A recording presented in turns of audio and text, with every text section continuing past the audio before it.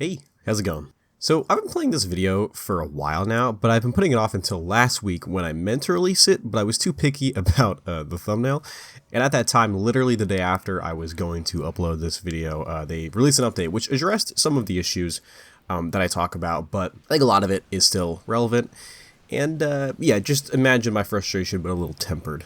And that's currently how I feel. But also, I just want to give some ground rules, because a lot of people that watch these videos have no idea who I am, and it's just randomly showing up in their recommended. So to start off, yeah, I'm not a game developer. I have very, very basic knowledge. I've used Godot, GameMaker, and Unity here and there, but I have never shipped a finished product and have absolutely zero authority, which is why I also won't be talking about specific anti-cheat stuff or technical aspects, because much more relevant and knowledgeable people have done so many times over that I think me doing it would be unproductive. And I'm simply just a guy that really likes Valve, really loves Counter Strike 2, TF2, and all of their other franchises. And then finally, this is coming off a couple weeks of some tough Counter Strike 2 losses. I am not doing well. My elo is suffering, which some of that is due to the stuff I talk about. So I'm a little worked up right now, so keep that in mind. And, you know, at the end of the day, this is all just about video games, and it doesn't really matter. I'm sure some will disagree with me, but in my opinion, if you make millions of dollars off of a product, it is sort of an obligation for you to make that a working product. And as of right now, Premier Mode, the main mode in Counter-Strike 2 that Valve sees and wants us to think is the main Counter-Strike experience, is filled with cheaters, and so much so that it's become pretty common knowledge. Cheating is a basic problem that, you know, every single competitive game has had to deal with forever and have figured out many ways of dealing with it. And I don't know the correct solution for that. But even on CSGO with the VAC system, an anti-cheat that barely worked, I still rarely ran into cheaters, which I know a lot of people will disagree, and there definitely was the fair share of cheaters on that. But almost every other game on Counter-Strike 2, I get a comically stupid cheater that is spin botting the entire game, but I get banned for leaving that game because there's no way to surrender unless someone else leaves the game. The other day I was playing on Inferno and I had a spin botting teammate. He literally from round 2 was b-hop scripting, spin botting, headshotting through walls with a scout.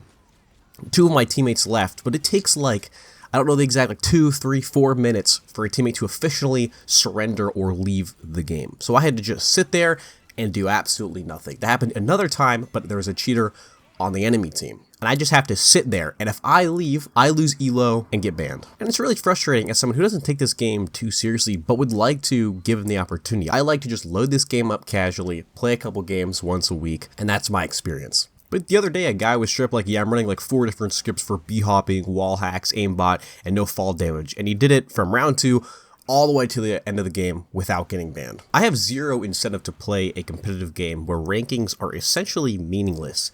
It makes me sad because I want so badly to grind this game. 2 years ago, really started getting back into CSGO. I played it when it first came out. I played it, you know, here and there since then, but 2 years ago, I really started getting into it. And late game Counter-Strike definitely had its issues, but I think it was a fantastic game. I preferred it over Valorant. I preferred it over every other competitive game. And while it was definitely struggling with updates and there wasn't any major updates, I still think it was a great time. And then I played through the Left 4 Dead series, and then I replayed through Portal and Half-Life. Then Counter-Strike 2 got revealed, and I have just been on this high of Valve games that I haven't felt in a long time, probably since my prime TF2 phase, and I was so excited for Counter-Strike 2. There was so much hype behind the reveal. I remember it was trending on Twitter for like a week. I remember even leading up before they officially revealed it, there were so much things going on behind the scenes, you know, refreshing the Steam database and seeing all these little changes that were being done in the background. There was all this speculation, and it was so cool. And then to finally see what they were calling Counter-Strike 2 with this new engine, these impressive, I mean, not really impressive, but at least, you know, a step up looking graphics and what essentially was just going to be an improved experience, I was so excited. And now we're almost a year out, and there has been essentially nothing really that different. I don't see too much of a difference from the very beginning of the beta till now. From that initial reveal to where we are now, it has just been such a drag. The beta lasted so long with almost no one getting access, and the people that did it were in some cases cheaters, you know, and since then the game hasn't really changed that much. Of course, there's been little patches and updates, some of which have fixed very important things, but it just still feels like I'm playing a slightly downgraded version of CSGO, but with some fancy lighting effects. And that makes me really sad because I love Valve and the games they make, just like everybody else. This channel's backbone has been Team Fortress 2 for as long as this channel has basically been a thing. And I have over 2,500 hours in TF2, which I know some people will sit there and be like, well, actually, I have 4,000, and I'm not going to sit here and play, loser Olympics with you guys. This stuff means a lot to me, even though it's just a video game. It shaped a major part of my childhood, and it's sad to see it in such a poor state. It makes me wonder what's really going on behind the scenes, and I don't have any idea what's going on behind the scenes. I'm just a dude that's loading up the game and playing it. I know a lot of consumers are very harsh against individual developers and like to point the finger, but I try not to do that because I know it's very complicated. Game development is extremely hard, and TF2 being updated to 64-bit recently gives me hope that they are working to fix the issue. But it's been so long and they are working at such a snail's pace that at this point, it doesn't really matter. They should have fixed these issues months ago, a month at minimum when it started, if we're being honest here. And they just did an update where they added being able to hold the gun in your left hand, and I believe that they are working on some stuff with VACnet and the Overwatch feature from CSGO. But these are just base CSGO features that it's taking us almost a year to get access to, and spin botting in TF2 has ruined casual, and the only thing to slightly fix it was the 64-bit update, which I haven't played that in about a week, so I'm sure the cheaters have caught up by now. But my expectations are not very high. I don't care about big content updates. I've accepted the fact that I am past my prime with these games. I am a grown adult, and as much as I don't want to admit it, I just like to occasionally boot up the games and play them without having to go through a third-party launcher, because yes, I know people are going to be like, well, why don't you just play FACEIT, or why don't you just do community servers?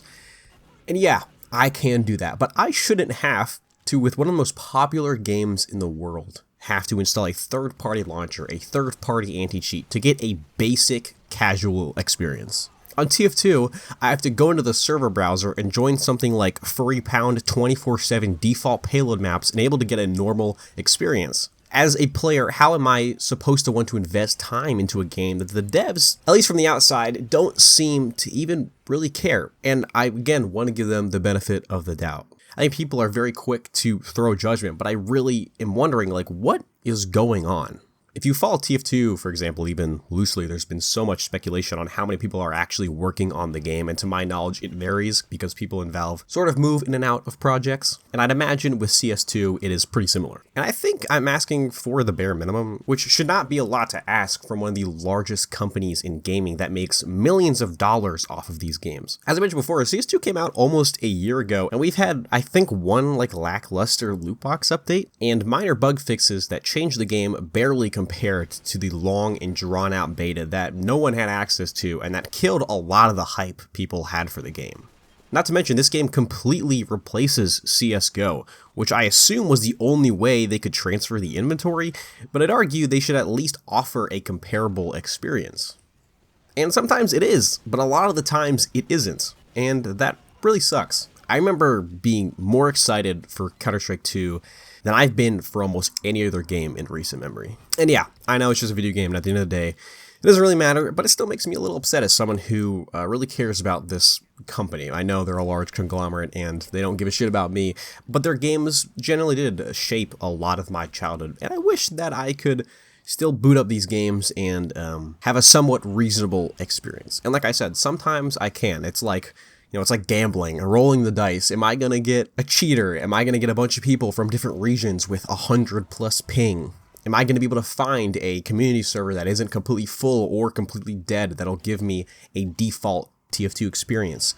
I hate that I even have to think about this stuff when loading it up. And I feel like when I have these sort of discussions, there are people that are like, oh, just use FACEIT. Oh, but they released this minor bug fix or this. I don't like how whenever talking about this, it's like, oh, you have to either hate this game or be its #1 defender. I just really like these games and I wish I could just play them.